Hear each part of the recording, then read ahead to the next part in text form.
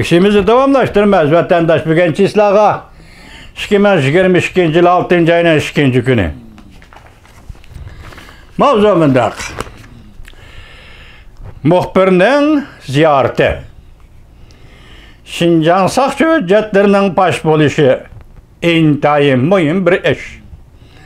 Dep görsetti mavzulu haber 6. ayının 2. günü Amerika Ovası'nın Xitay Dil Programı ilan kılındı haberinde başlar. Washington şehriga joylashgan kommunizmning ziyonkashlikka uchraguvchilarni xotirlash fondi jamiyati mundaq hisobladi. Jungoning ichki qismida Şinjan saqchi hujjatlari, mustamlika Uyg'uriston hujjatlari deb ataladigan maxfiy ichki hujjatlar va saqchilarning maxfiy suratlari navbatda nihoyat ko'p miqdorda va intayin muhim fosh qilingan hujjatlar bo'lib hisoblanadi. Uçurlar Beijing'in siyaseti ve Beijing'in Uygurlarga qandaq muamele qilayotgan yolları bilen ta'minladi. Cümleden Nazarband Uygurlarning ahvoli bilen ta'minladi. Huquqliq guruhlar Jungo insoniyat qarshi jinoyat sodir qildi deb aybladi. Jungo o'tganda bundaq ayblashlarni ko'p qatam inkor qilgan. Bu sapsata degan edi. Jungo agentliği Xinhua mundaq dedi. Kasbiy tarbiyalash markazi oldin olish xarakterlik zo'ravonlikqa qarshi turish va radikalizmni tozalash tadbirlari.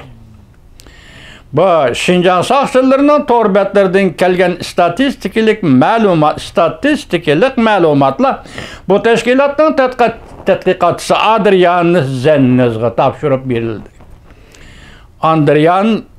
Adrian Zennez xalqaro tekshiruvchi muxbirlar ittifoqi bilan birlashib fosh qilingan saqchi hujjatlarining mazmunidan xabar topdi.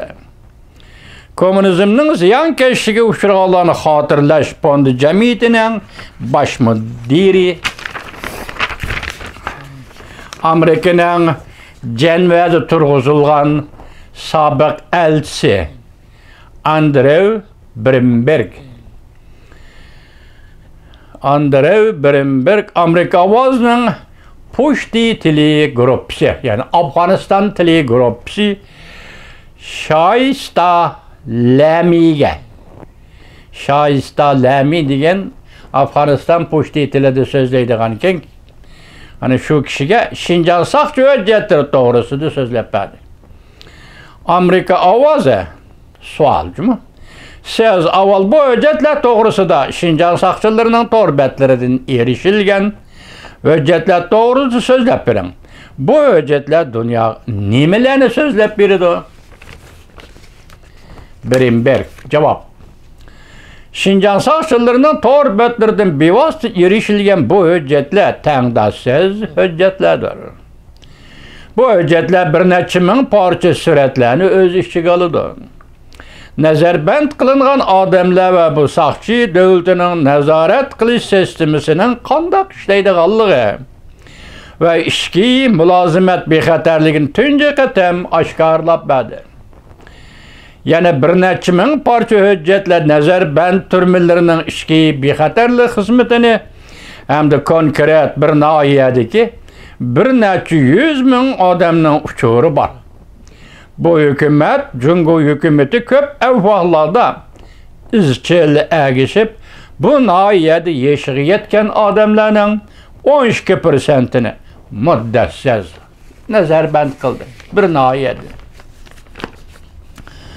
Onundan başka yana Jungo Kompartiyası ve onun Beijing'deki yukarı derecelik emeldarlarının bevosita Şinjan'daki şu kişiler qarıtılgan söz nutqları ularning davomli zo'ravonlik qiladiganligini aytib berdi. Kechiringlar. Ularning davomli zo'ravonlik qiladiganligini aytib berdi. Ularning siyosiy hokimiyati bunday qilishni muhim deb hisoblagan Jungoning. Va shunday qiladigan qarorini aytib berdi. Bular bevosita markaziy hukumatdan kelgan buyruqlar edi. Ko'rdingizmi? Şuna ben deymen ki bu uçurlar mislsizdir ve tangdoshsizdir deydi Andrew Brimberg. Darvaqa bu uçurlarning Amerika va butun dunyoga Jungoning irq yo'qotishini tushunishiga intayin zo'r ta'sir ko'rsatishini umid qilamiz.